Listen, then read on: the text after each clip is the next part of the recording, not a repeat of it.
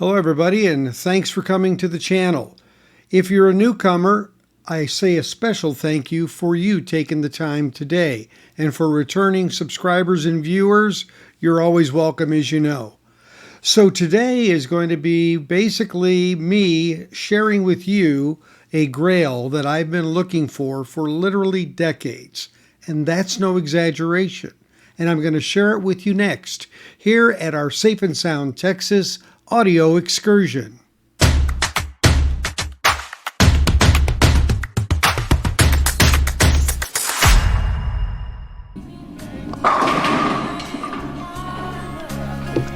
I was in the Virgin Islands once.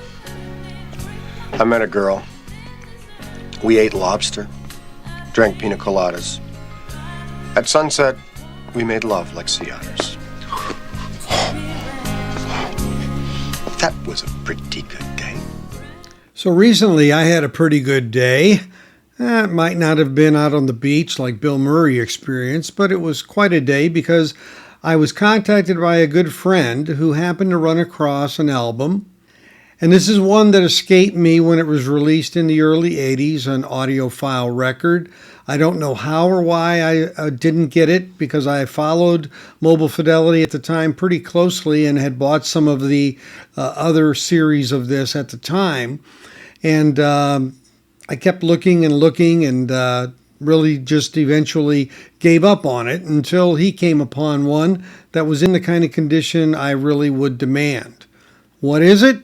Well, they only made 5,000 of them, and it was an Mobile Fidelity Sound Lab UHQR. And this is a special series that they had, and these were 200 gram. They made 5,000 each of these.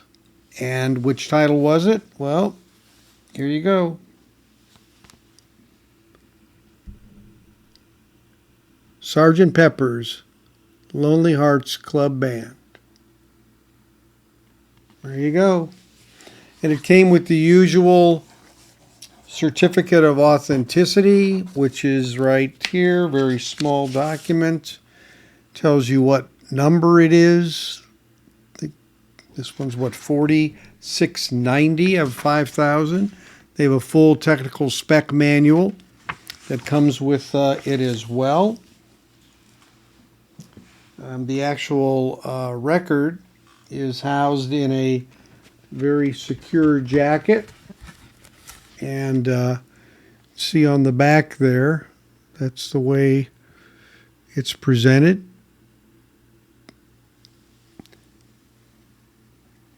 So the one thing that is odd about these is you don't get exactly the jacket as you would if you had purchased the album. There's an insert in it from where the fold-out was in the gatefold, but that's about it. So that is one aspect of it that was a little bit of let down in the UHQR series, but again, it was all about the vinyl. And so looking for this one for so long, and having had and do have a UK version, a US version, I have a red vinyl Australian version as well. I definitely have gotten to know the album, obviously. I don't think I listened to it as much as Abbey Road if I was going to compare the two. I also have the MFSL Beatles collection, which is the black box version of the 13 UK releases that they came out with in 82 or 83. This came out about the same time. So we have here Sgt. Pepper's Lonely Hearts Club Band, an album that definitely was a groundbreaker, much like Pet Sounds by the Beach Boys, very evolutionary. It's funny, I had listened last week to my U.S. pressing of this in stereo and a U.S. pressing in mono. And the mono of this album is very different in that there are certain aspects of the instrumentation especially that is emphasized or de-emphasized differently. And what I mean by that is if you were to listen to the mono version and then take the stereo version and press your mono switch to get it to blend the channels, there would be a very distinct difference in some areas of the recording between what was predominantly heard on the mono versus the stereo, or vice versa. And this is part of the process. And what I was thinking about related to this album as it related to the stereo is that when this album came out in '67, stereo had grown some from the earlier '60s. As we all know, earlier Beatles albums suffer from being like a 4-track recording, and the voices are hard left or hard right, and some of the instrumentation is very segmented. And so we have those kind of, I would call infantile stereo presentations, which again, we've talked before that the Beatles really weren't involved much in the stereo sessions of mixing those. They were more involved in the mono, and then didn't really care as much about the stereo. It was kind of seen as a bit of a gimmick, I think, at the time.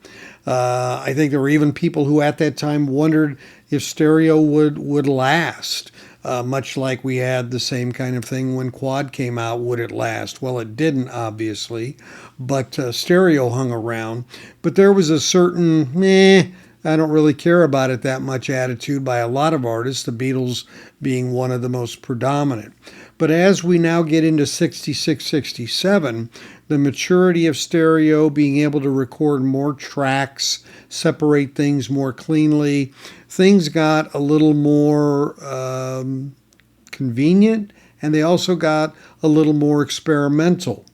And ironically, in Sgt. Pepper's, you see some of that, but you also see some infancy when you listen to the very beginning track, Sgt. Pepper's Lonely Hearts Club Band, and you really get some of the music pulling to one side or the other pretty distinctly, as if they didn't really have more options. Kind of an interesting thing. But then when you get into other songs, they're very well balanced, like She's Leaving Home, Fixing a Hole. There's ones that are much more balanced. So it's kind of, I call it a hybrid.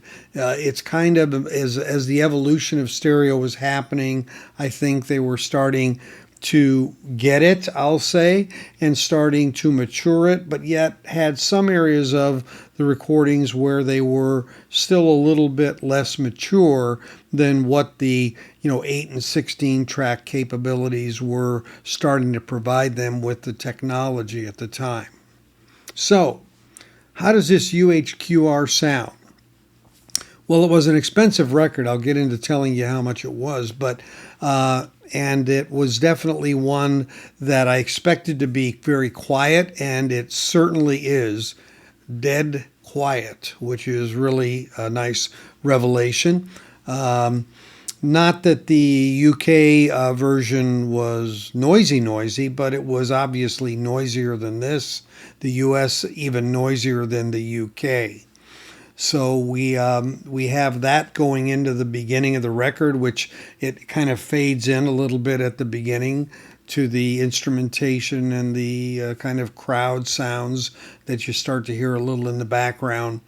And so as you start to get into the record and listening in it on the UHQR, one of the first things I started to notice was some of the precision of the sound and the richness of it. There were areas, especially with Paul's bass, which, as you know, on this album, if you listen to certain tracks, Lucy in the Sky with Diamonds being a big one, the bass has such a predominant line in the music that it's just there and you really know it's there. But I guess the difference I would have to say between, and I'm going to compare the UK original on this to the UHQR, is in the UK and in the US too, you hear the bass, but you don't feel it as much as you do in the UHQR. In the UHQR, you almost feel the touch of the string And some of the sliding of the hand up and down the neck of the guitar. And it's especially prevalent or aware on headphones. I started to pick up on it through speakers and then listen to it afterward on headphones. And what I thought I was hearing, just like at the end of A Day in the Life with the piano strum at the end, you can hear a creak of the piano bench in it pretty profoundly or pretty obviously. I think sometimes we're listening to that piano sound so much that we don't hear it, but it's there and it really kind of sticks out. So this kind of predominance or nuance of instrumentation on some of it, some of the percussion, you can actually, the hits have a feel to them and not just a sound to them, which is really just kind of brought out some new feelings about the music and new perspective about it. You know, we're talking about something that is very well ingrained in my mind as an album I've listened to thousands of times probably. And, you know, just to kind of pick up on these nuances that are there. And I'm sure this is the kind of album where the better the equipment, the better the ability to hear those things. But even on my relatively modest system, the differences were definitely present and clear. And it was just such an enjoyable experience. So yes, such an enjoyable record does in fact have its price. When this particular album was released in 1982, it was $50, which was a premium when most records were going for $6, $7, $8 at the time. So definitely a premium, and it was well above what the Mobile Fidelity standard half-speed releases were going for, $16 or $17. So about a 3x factor on the price. But you know, it doesn't always take a really high-end cost record to get a great sound. One that I've always mentioned recently is Chris Isaak's Heart-Shaped World, which was an RSD, or Record Store Day Essential release, came out after Record Store Day in a series they called Essentials when they couldn't get them all pressed in time for Record Store Day. And that Heart-Shaped World album on white vinyl sounds unbelievable.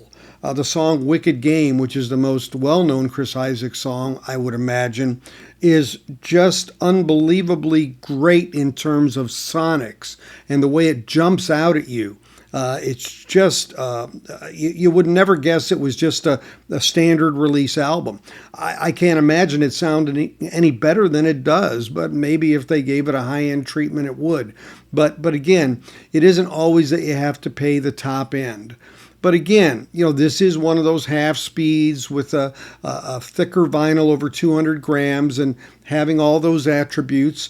But, you know, this album, of course, Sgt. Pepper's, was in the Mobile Fidelity collection box, the black box from Mobile Fidelity that they made 5,000 of, that had the 13 Beatles UK releases in it. And this version, the UHQR, sounds much better than the one that was in that set. Now, I would assume they use the same tapes, of course, and but the process sounds like the outcome was a little bit different. There's a rub on Stan Ricker, who was the mastering engineer at the time, for using a little bit of what was called a smiley face EQ, which means the top end was boosted and the bottom end was boosted, and it left the mid-range a little shallow, but because it was overcome by the extremes of the frequencies. But I don't sense that very much in some of the later albums of that series. It was done, I think, more pronounced in the early stuff because it was just so wanting. But as I compare the collection version of Mobile Fidelity's Sgt. Pepper and then I compare it to this UHQR, the UHQR is much more solid. It has much more breadth, depth, and it's much more immersive in its overall presentation. So the dynamics are much greater. The voice layout is much more precise. There's much better imaging. So, and again, Stan did this one as well. So maybe, he took a second shot at it. I'm not sure. But the outcome is really great. And so what did that outcome cost me? Well, in honesty, it cost $700. $700 for one album. But it was a Grail, one I've always wanted. I don't know how I missed getting this when it came out. But it definitely is a top-notch version.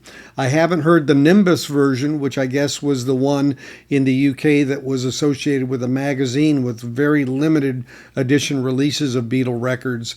That may be the most pristine copy to get and the one to beat, but I'm very happy with what I hear in this one. And so just to mention how I got it, showing how well the vinyl community works in terms of making friends and them knowing what you're looking for and you knowing what they're looking for. Doug Osbury, a gentleman that I interviewed back, I think, in April of 2022 after my channel launched, he was on for two videos parts to discuss his history in vinyl and his background and his Big Love Vinyl endeavor that he has online. And now he has a small store set up within a larger building of other entrepreneurs in North Carolina, and he knew I was looking for this record, and he ran across one in a collection, contacted me after looking at it and said, hey, you might be interested, sent some photos and worked through what it was going to cost, and he had his eye open for me, and the rest, as they say, is history. So just remember, these friends of ours we have in the vinyl community, they're out there, they can help us, and vice versa. And that's a great part of being involved with these other record lovers who are, in fact, in other parts of the country or the world, who may be able to shop for you or find something for you. It's a really great extension of what we do here. So as always, thanks for watching. If you'd like to subscribe, press that bell down there, the top one for all, get your notifications. And a thumbs up or like is appreciated as well to boost that algorithm. A comment is always welcome as well, and I love responding to those. What do you think of this? Think I overpaid for it? Do you think I'm totally nuts? Exactly. Free to say it because I get it. Any other comments you might have, your love for this album, your thoughts about it. So as always, I thank you for watching us here at the Safe and Sound Texas Audio Excursion, and we'll see you next time. Take care, everybody.